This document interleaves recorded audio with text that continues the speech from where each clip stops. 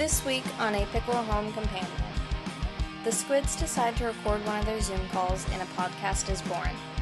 They discuss memorable concerts, read some Facebook comments, and learn about Jared's grandmother's neighborhood. Kick off your boogie shoes and enjoy the ride.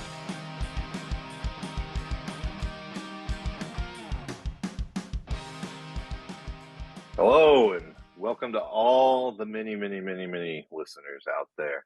This is a ragtag bunch of guys who are all bound together because we're big fans of some Christian ska bands from the 90s, and we started listening to their podcast to hear what they were up to today. And then that led us to being brainwashed online through Facebook, because we all still use that for some reason, and chatting back and forth. Started following Brock online on Instagram, trying to see what vinyl he was up to, see what these guys were doing with their daily lives. And a few haha meme DMs later, we got to talking and said we should do this in a little bit more formal way. And now here we are in real virtual Zoom life, talking to one another through these screens and these phones and these laptops, keeping the conversation going, picking up where Joe and Reese left off and where all of us want to take this to. Here we are, the Squids.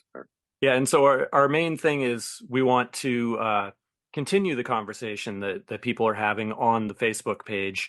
You know, those moments where you're listening to the podcast and they're trying to search for, oh, what was that movie with that thing, you know, and you're yelling at your podcast, or, you know, some other random topic that just sparks this huge conversation on the Facebook page.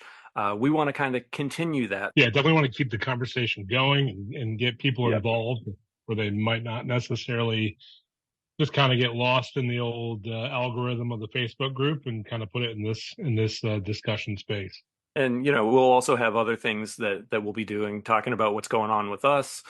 I'm Kevin Brennan. You might know me from the fake episode of the Pickle and Boot Shop that had everybody really angry and confused, or, you know, rolling on the floor laughing. Still crying about Carmen. Still crying about Carmen. Yeah. Sad moment. I'm Pete Hutchinson. I help run a Liège waffle food truck as my main gig, and barbecue on the side. I eat all right. What's in the? So I'm curious of your waffle food truck, because here at our university, the freshman seminar for business students, they have a food truck project where they have to come up with an idea and then like marketing plan and, you know, business plan or whatever for a food truck. Sure. And so I've been pitching my food truck idea to every business student for 10 years now, which is chicken and waffles on a stick in a food truck with a little waffle square with a nugget, think of like a big Chick-fil-A style, like real chicken nugget, maybe a slice of thick bacon on the skewer, another waffle, another nugget, some bacon. And then that's all the food truck would sell. We're just going to put chicken and waffles on a stick, and then we'll change it up with different drizzles. Like, you want to go sweet, like some cinnamon sugar? You want to go spicy habanero? Like, we'll put that on some spicy sriracha ketchup. Like, let's make it happen. We'll just drizzle whatever you want on your stick. Awesome. Love it. Take your basket. No, that's great. That's awesome. Ours are not like a batter based. They're it's a yeast risen dough ball. So it's like a fried dough and a brioche donut had a love child. It's like what you find over in Belgium.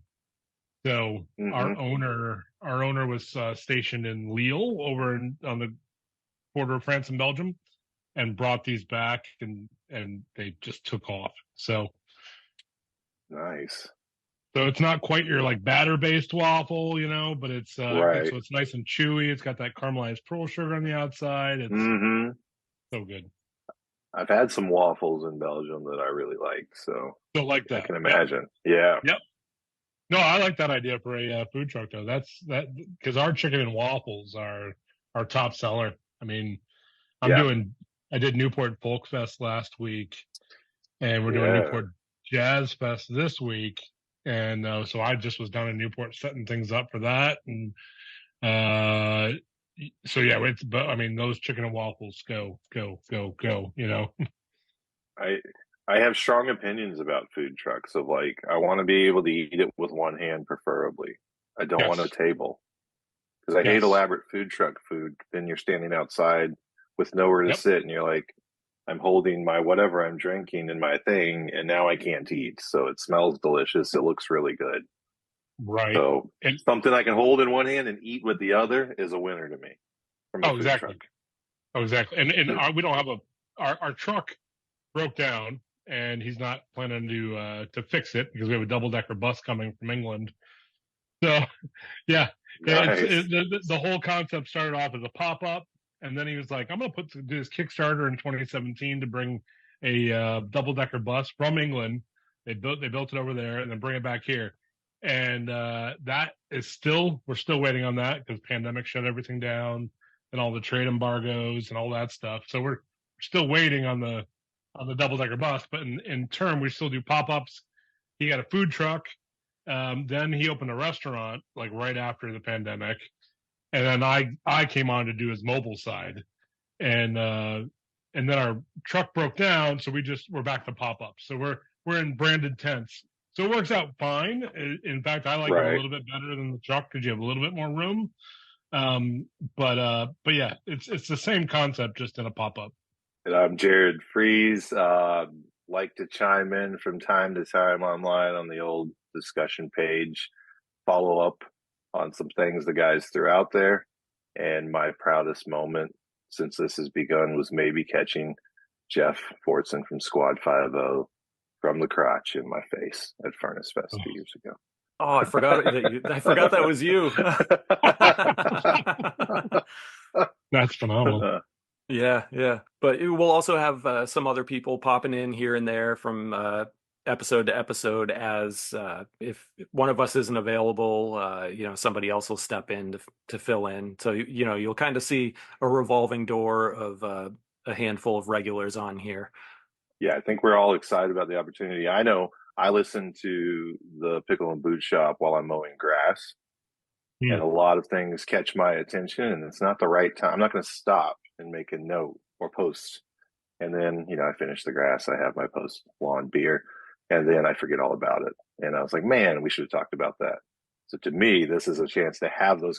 I can stop, take a note, and we'll come back in and gather those things that catch my attention while I'm often listening, driving, mowing the grass. I'm doing other things where I can't go immediately chime in. Now we can chime in this way. Exactly. And if anyone who's listening to this has something they want to say or they want us to talk about, you can call 985-28-SQUID. You can either call, you can text. So it's 985-28, like the infamous episode 28, and SQUID. Right. And we can also catch things that other people might not have caught or fact check something that, well, most of the time they got wrong. And no, they never get anything wrong. And then we'll go from there. Yeah, we'll also just kind of talk about what we've got going on in our own lives, topics about different bands and musicians, concerts we've been to, what we're drinking at the moment. Like right now, because it's 90 degrees out up here, I've got a lemonade and peach crown. Nice. Highly sought after peach crown at many liquor stores. It's good stuff. That's amazing. I bet that sounds delicious. I have a West Cider from the Blue Barn Cidery out in Western New York, Central and Western New York. Nice. And even though it is 100 degrees out, I went the other direction. I've got an Eyinger Celebrator Doppelbock, the famous goat, because it's just a delicious beer. And even better, it's in my Piggly Wiggly goblet glass, which there was a Piggly Wiggly in Myrtle Beach, South Carolina that had an extensive beer selection. It's now gone and sold these branded glassware, and it's my favorite in my whole collection. Nice. That's phenomenal. Eyinger is great. Yeah. Did we want to jump into something that was on the discussion group and kind of talk about that? Yeah. So on a recent episode, Joe was talking about seeing bands and venues that just didn't quite make sense, or ones that did make sense. So I posted on the discussion group, hey, let's kind of keep that conversation going. Obviously with this recording in mind, we had a few comments on there that we can read through real quick. Luke Morley said, Five Iron Frenzy at Hershey Park. Park security would not allow the crowd to stand, so they all had to watch the show sitting in their seats. I've That been to a sounds few so shows. terrible. Oh yeah. I've been to a few shows that were like that where it was Yeah. who was it? It might have been like Tragedy Ann. Maybe it might have been The Blamed as well. They played Mm. it some old theater. I think it must have been in New Hampshire because it wasn't one of the usual Boston area venues that I would go to. And I just remember standing, and like trying to move around and dance. And it's just, it was so old that, you had like 6 inches and, like even if you were sitting, your knees were mashed into the seat in front of you. And I, and Mm. I, I believe at one point, like the band, it might have been Tragedy Ann, basically just said, "Hey, just everybody just come up on stage," like. Mhm. And I could be getting those band names completely wrong because that was shoot 26 ish years ago at this point, probably. Wow. Nice. What other things did people say? Impending doom at an outdoor festival in the sunlight. That was from Ken. That just sounds awful. POD Project 86 and Living Sacrifice in the basement of a church sounds awesome. But Josh had commented, Josh Case, that should not have had concerts there.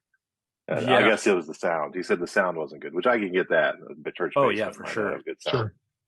Sure. Well, what a cool place to see it, I would think. Oh yeah. Those two bands in a basement, maybe just so small, and because I used to be resident director of a men's dorm in the Christian Mm. world, and we would have concerts, or the guys would want to have concerts and do them in the basement, so right underneath the RD apartment, and it was just a great space, but horrible space for a concert. Kevin Lester said, I see Showbread play a coffee house in SoCal in 2004 during the first album era. The venue only had a small triangle-shaped stage in the corner, just enough for all 7 of them to basically stand straight around the perimeter of the stage with the drums in the corner.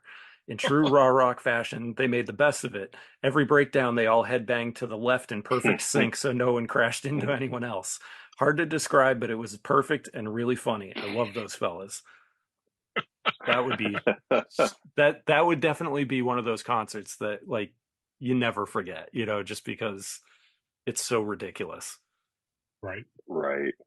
Well, in proximity to the band, always like for that type of music where participation is big, I think proximity to the band just only makes it better, even Yep. if it's awkward.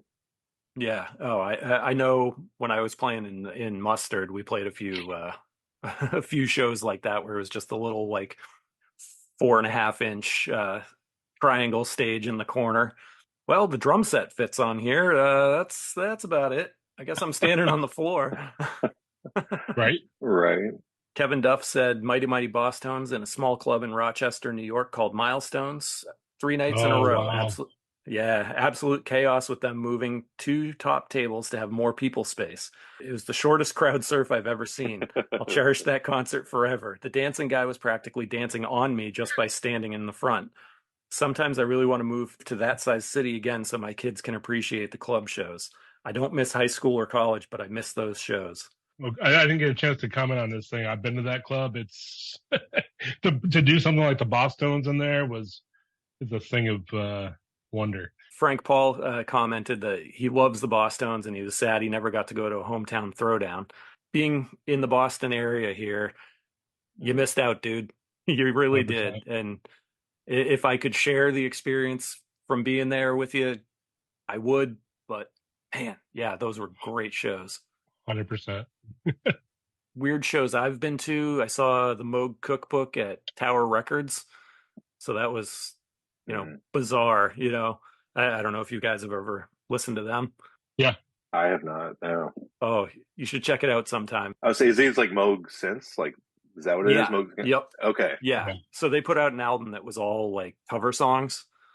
Gotcha. And yeah, so they played in Tower Records. So it wasn't like they shut down the store. It was just middle of the day. They were like, "Hey, these guys are playing." I was like, "That's awesome." So I rushed into the city to go see it. And, they're just playing there in the store, but all the lights are on and like people are just shopping. And it was just so weird. So this wasn't a venue as much, but not recently. it's not been too long ago. Whenever I went to see Maylene and the Sons of Disaster in Greensboro, they were at this club, Hangar 1819, which is essentially just a big room, with like stage at one at the front and then a bar in the back corner, and it's just empty space. So, great venue or whatever. But Islander was one of the openers, and it wasn't so Oh, they're much the awesome. venue. So they sounded great when they were playing, but then the lead singer seems just like he's a weird dude.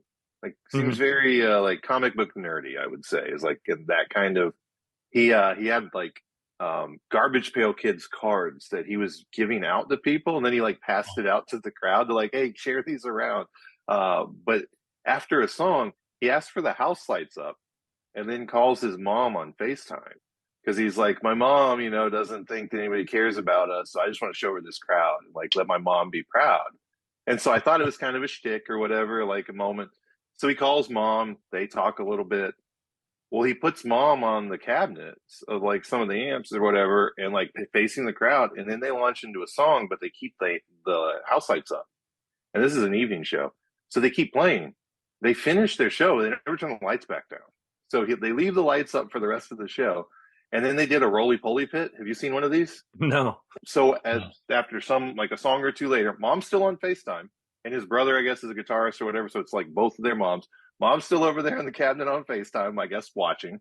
House lights are up for this night show. Like they're not hardcore. Like they sound very much influenced by like Rage Against the Machine and like POD, Okay.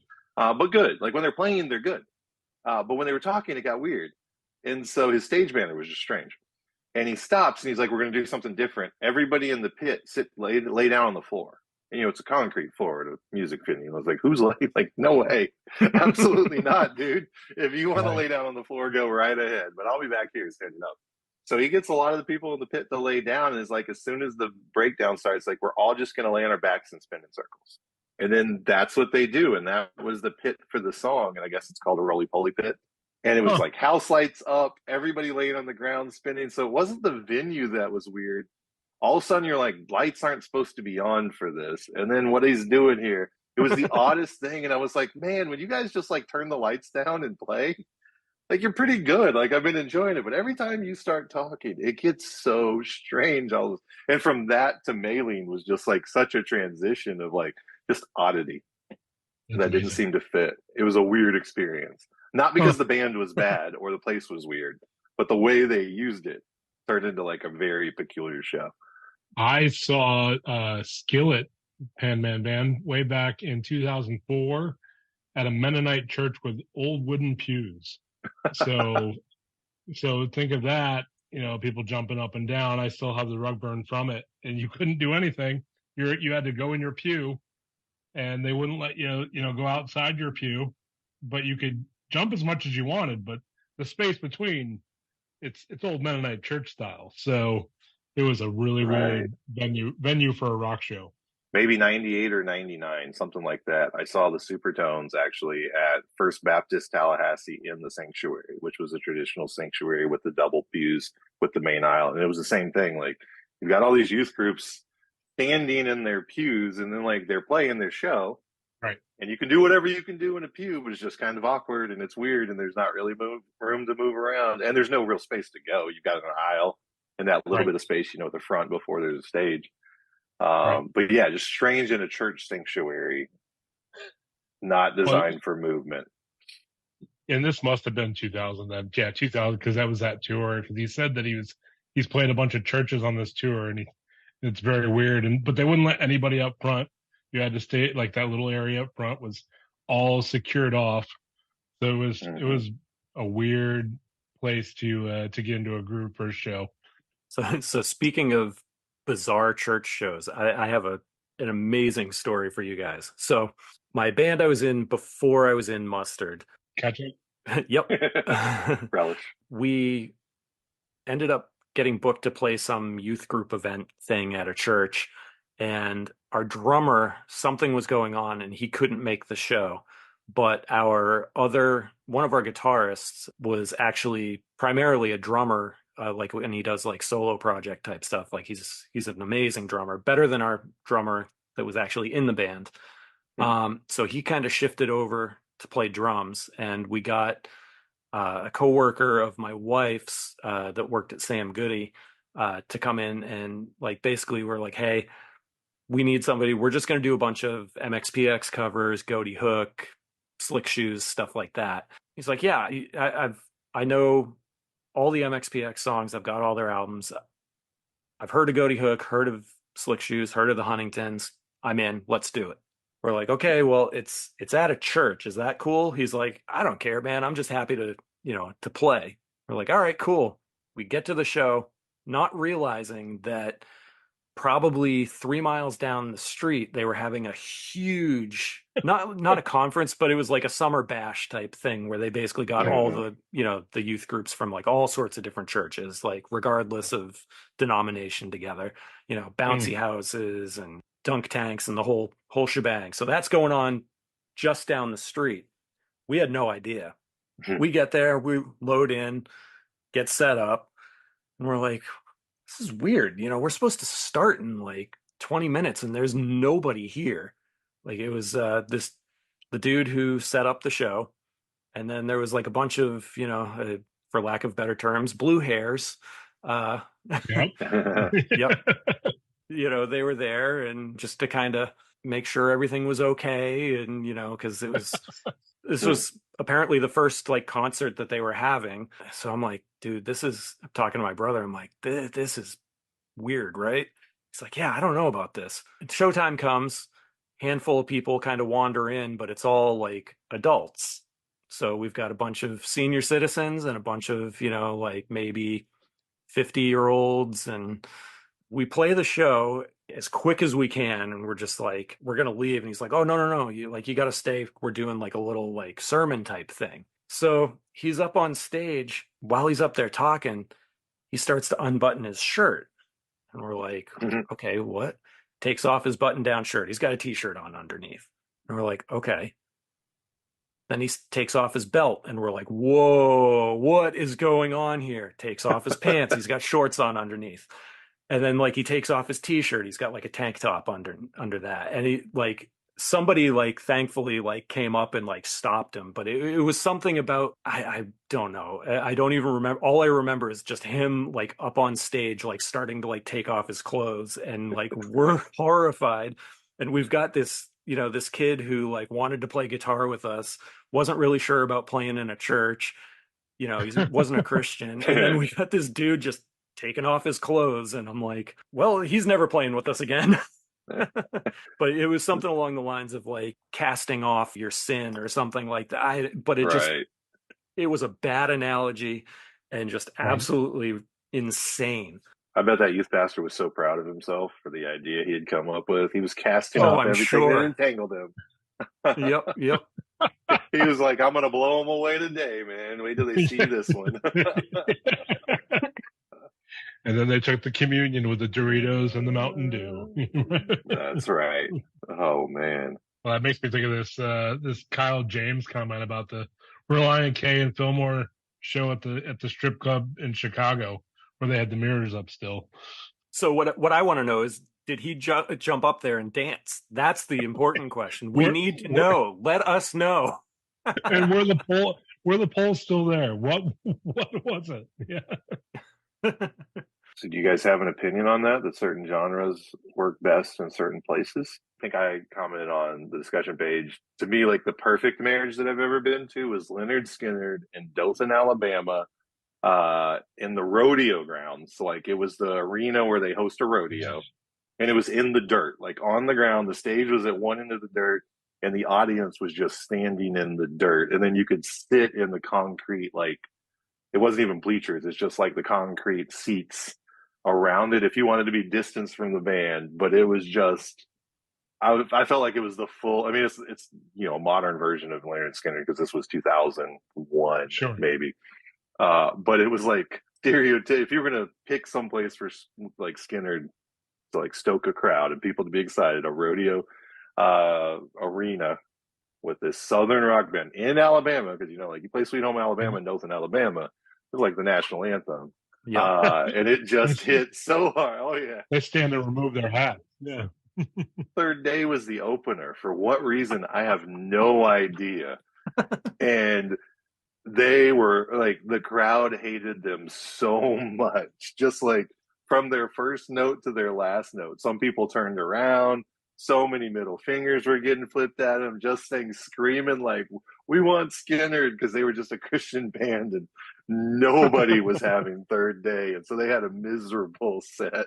And I was there, like I was in Bible college at the time, and I was there for both. It was like, I Sure. want to see Leonard, and I was loving the combination, but I was with a lot of people from my college who were like youth group folks, and they were there for Third Day, and they were so upset because their set was ruined because the crowd hated them so much. But then Leonard Skinner went off, and it was a complete switch. Wow. Let's see. Do we have any other segments we want to touch on? Well, did you guys run a mile today? I did not run a mile today because it was 90 degrees out and probably like 87% humidity. Nope. Yes. So I did not.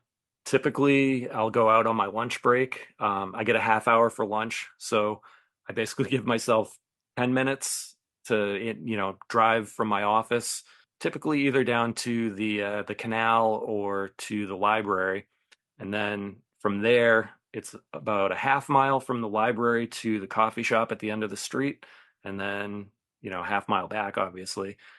Usually I can walk that in about 15 minutes, and then that gives me 5 minutes to hop in my car and drive back to my office. So.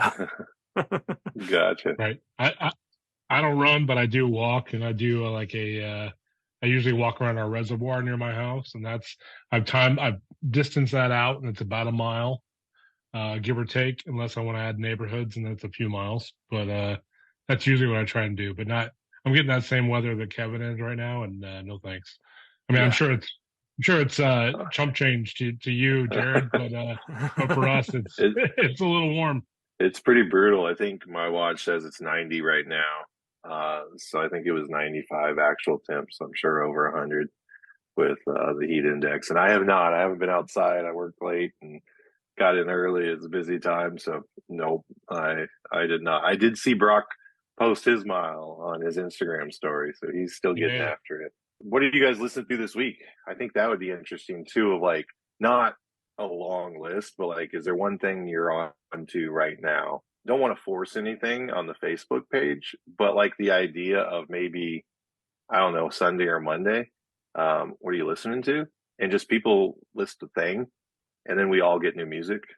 If there's like, awesome. What are you into right now? Yeah. And we all get new music, and kind of make it like a tradition on, pick the day, and just every Sunday or Monday, new music, Sunday, Monday, or whatever. And then maybe at the end of the week, like, who are you seeing? Like, have you been to a show, or do you have an upcoming show like relatively soon? And like, just to be curious of who people are seeing and checking out, and who was good. Maybe that, like, did an opener catch you by surprise, and now you're listening to them. I had that thought. I don't know what you guys think of it. Yeah, no, I like that. And then we can incorporate it here. I like it. Yeah. Obviously this show is going to be something that kind of evolves as we go. And, if we find something that's working, cool. If it's not working, whatever, maybe we'll revisit it later or something like that. So what I'm listening to this week, I've been on a Hot Mulligan kick this week. So it was one of those, I think I was listening to Tiny Moving Parts on Pandora, and Hot Mulligan kept coming on, and every time it came on, I'm like, man, I love this. Who is this? I texted you guys. I'm trying to track down a copy of their album on CD because I like vinyl, but I'm not a huge vinyl guy, and it's like, I prefer having an actual CD to buying a digital copy, just because same. I'm old. I still like that physical media and being able to like flip through the booklet. And, God forbid my computer dies, which happened middle of COVID, and I lose a bunch of music, and it's like, oh, well, I should have backed it up. Yeah, no kidding. But I didn't, because life, know? Yeah. I can't believe that CD is, for a new band, a relatively new band, that their CD is so expensive. Yeah, it's bonkers. It's wild. Like, I don't know if they just only did like a limited run or what the deal is. So, I mean, if anybody knows where I can get a copy of like a Hot Mulligan CD for pretty cheap, or they want to send me one, I'll take that. Because they're so good. If you're in this group, Hot Mulligan, send them a CD, please. Right. Yes. Did you see that Dana has him on 2 weeks' notice? His most recent release is the guy from Hot Mulligan. Yeah, I was listening to it on my I, lunch break today. I haven't listened to it yet. I just saw it pop up on. I think he posted it on Instagram. But Yeah. I like Hot Mulligan a lot. Yep. Yeah. Shout out to Dana. That podcast is so good. 2 week notice. Definitely check it out if you like Yeah. music. He's just a cool dude, and he's just kind of hanging out with his music friends, like talking with them. Yeah, it's good stuff. I'm writing it down Yeah, I right like it a now. lot. I brought Blindside back out while I mow my lawn because I can hear it over the mower.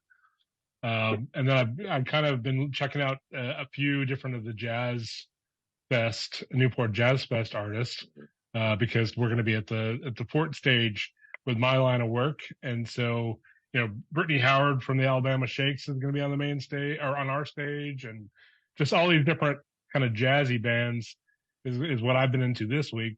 So I know what I'm going to be listening to while I'm working. Yeah, I'm jealous of you that you got to go to the Folk Fest and now the Jazz Fest. I like Brittany Howard a lot. Like, I mean, I like the Alabama Shakes, but her solo stuff is really good too. And she played the Folk Fest, but she played on the main stage at the Folk Fest. Oh, And we didn't get to see. We were set up at the secondary. There were 4 stages, and we were the next stage down essentially. So we got Dropkick Murphys. You want to talk about a weird place for a Dropkick Murphys show? Is at the Newport Folk Festival, but it killed.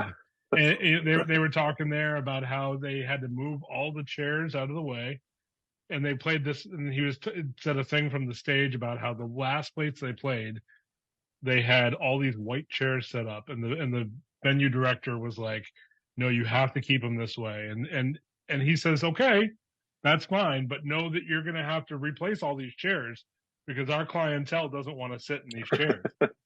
So sure enough, the end of their venue, chairs are flying, end of their set, chairs were flying, everything was trashed, and he said to the promoter, he said, "Yeah, I mean, I told you so."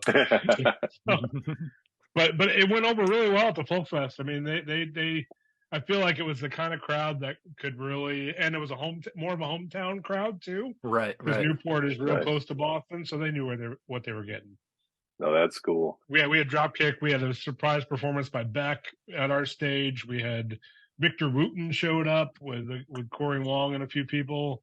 So it was a cool. I missed Conan and Jack White and all that stuff because we weren't at that stage. Conan O'Brien played, but it's all good. Triumph the Insult Comic Dog showed up, but yeah, it was still a cool stage. So I'm getting excited for what we're going to kind of see this week. Saying about Dropkick Murphys out of place. I saw this was 2002 at some beach festival in Virginia Beach. I was living there for the summer with my grandparents, and my best friend in college was living with his grandma. And like, turns out our grandparents lived like 5 minutes away. So we had gone to the beach, and there was some festival down on the boardwalk, and we didn't know anything about it. But Casey and the Sunshine Band was playing. So this is 2002. Well after, like, they're well on the back end of their success, and we're college kids. We're just a couple of dudes in board shorts, spent the day at the beach, wandering through a fest. We're like, we'll go listen. And my friend keeps screaming at him, like, play Boogie Shoes, play Boogie Shoes. And then he just looks at me. He's like, they play that, right? I was like, I honestly don't know. Like, I'm not really into Casey and the Sunshine Band. And so he's just risky, but he keeps yelling. And like, we're just rowdy because we're college kids. We're not like really Casey and the Sunshine Band fans, but we're making noise because we're just 2 dudes. And there's this older guy in front of us who might be my age now. At the time, he seemed old. But he was in like a 70s suit, like wide collar. He had a medallion and a little newsboy cap. And like, he was feeling it. And we're making so much noise. I guess he also thought we were like really into it. And he just turns around and he's like, oh man, it's bringing back memories like a motherfucker doesn't. And we were like, no, no, it does not. We have 0 memories associated with Casey and the Sunshine Band. Sorry, dude. Like, I can tell you're reliving some like important moments in your youth, but we are just being jackasses. I apologize. That's amazing. And then we left there, and the funny thing, to continue to waste time, my friend's grandma, like his neighborhood, when he picked me up in his truck, and like he's a little Nissan truck, he's like, there was a Bentley in grandma's neighborhood, which this is 2002. Like, you can see a Bentley like especially in like a residential neighborhood in Virginia Beach. And he's like, I wonder who it is. That's got to be somebody famous. Nobody else would drive a Bentley through grandma's like 1-story ranch house neighborhood, right? So we leave the beach and we go back. He's like, before we go, like, we got to take a lap through the neighborhood, see if we can find out where that Bentley went. He's never driven through his grandma's neighborhood except to go to grandma's house. So we start going down side streets. We end up a street down from her. And at the end of it, it dead ends into a cul-de-sac, and it's an industrial little park. So it's like little metal warehouse, like 1-story low buildings, not large, with some industrial park. And the Bentley is parked outside one of these buildings. And there's like a Mercedes, like AMG, like FL55 next to it, like convertible. And we're like, what is in grandma's neighborhood? What is this like metal building? So we park in the cul-de-sac and we walk up to it. Like, we're going to find out. And there's a little sign on the, like outside the door on something recording studio. And we still don't know what it is. The door opens up and people walk out. It's Pharrell and it's Chad. It's the Neptunes. It's their own studio because they're from Virginia Beach. They were in grandma's neighborhood. And the Neptunes walk out. He was wearing like the yellow and white trucker hat that he always wore back then, like full on like MTV performance guy. And they had some dude with them. Well, it was a rapper. I don't remember who it is. And so we're just like, hi, we're like big fans of your work or something like that. We're just kind of blown away. We're 20. And he starts talking to us and he starts selling us on this rapper. And I don't even remember the guy's name. He's like, this guy's going to blow up. He's going to be huge. And he had a demo CD. He's like, here, take this CD, put it in the truck. You're going to love it. Da, da, da. And he's like selling so hard. And I'm like, dude, we're just a couple college kids. Like, you don't have, like, you can be like yourself. But I think that's his self. Like, that's what I decided. I was like, I think that's who he is. And he's like going in on how great he's going to be and how they just mixed his new CD. And it's going to be amazing. It's going to blow up. And then he like looks at his phone. He's like, right there, just hit number 20 on the charts on. And he told us for the charts. He's like, you just saw that in real time. He's blowing up. And he like points at him. He's like blowing up. And it was the weirdest exchange ever. Like, we finish and we like awkwardly white guy like dap him up and get back in the truck and go to grandma's house. And we were like, we met Pharrell today at the beach after we saw Casey and the Sunshine Band and brought back those memories, you know, from our youth. So it was a crazy day in the summer of 2002. That brings it back right there. Like, but I am not currently listening to Pharrell, the Neptunes, or NERD or Casey and the Sunshine Band. Never have. But I've been listening to Anxious lately. So they emo-ish hardcore, like screamo hardcore band. I don't know if you guys have listened to them, but they were on the bill of a show. I went to see Koyo, who I really like, Long Island hardcore band that I discovered because of Furnace Fest 2 years ago, and have now gone to see him every time they come to North Carolina. Like, got really hooked on Koyo. And so they played Chapel Hill on Friday, and Anxious and One Step Closer were two of the opening bands, along with a local band I'd seen before out of Greensboro and a band out of Minnesota called Prize Horse, like a shoegazy-ish, heavy shoegaze band. But Anxious, really hooked on. I bought the vinyl. They have one LP, Little Green Home, and it's just really good. Like, it's single. You can sing along with some like screaming, and it's heavy enough to feel like it feels good, and enough where like they had a good rowdy crowd, nice pit, people died, and like it was a good time in this little tiny club with the stage in the corner. But it was perfect for hardcore. Because the stage was like that tall, so it was hot and sweaty and gross, but a really good time. So Anxious, highly recommend. And they're playing, both Anxious and One Step Closer are playing Furnace Fest this fall. Who I did not know them before I bought tickets to see this show, and so I listened to them a little bit in advance and liked it. right. One kind of cool thing about the discussion group is, we were all kind of online buddies or whatever, and then we all ended up meeting at Furnace Fest last year in person. So, we kind of went from that, oh, it's just an online friend, to, okay, these are real people now, like these are actual friends because I have now been face to face with you. So my wife and I used to always joke around about, like online friends are just imaginary friends until you meet them in person. And once you meet them in person, then they now exist. They are now an actual person. That's right. That she came up to me at one of the things and she goes, "You are real." Nice. Yeah, and especially since we get a 5-iron show this year, so we're all going to go to a 5-iron show together. Yep. Which is really fun too. After doing an insider show together.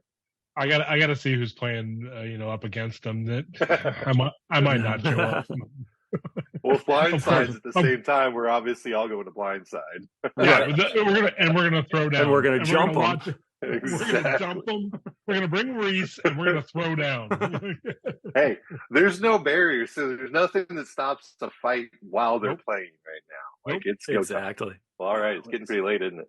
All right. Well, I suppose that's enough for us for now, for just kind of a sampling of what this podcast is going to be. We hope you enjoyed it, and I know we're definitely looking forward to having more conversations, and we'll let Brock come in, if he's actually run his mile for the day. We've all, since he's not here, we've decided if he hasn't run his mile yet for the day, we're going to kick him off the podcast until he runs his mile. Then he can come back and join. So It's called accountability. exactly. All right. So we'll see all you guys next time. And if you want to leave us a message, you can either text us or leave us a voicemail at 985-28-SQUID. It's a real number.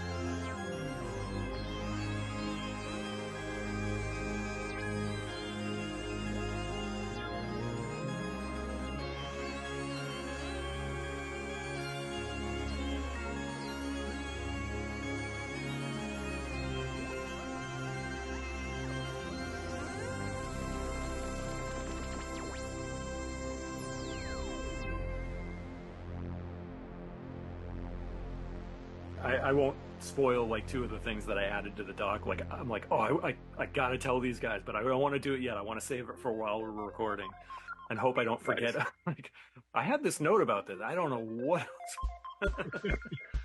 That would be on brand for our companion podcast, so we're all good there. Yeah, exactly. Yep.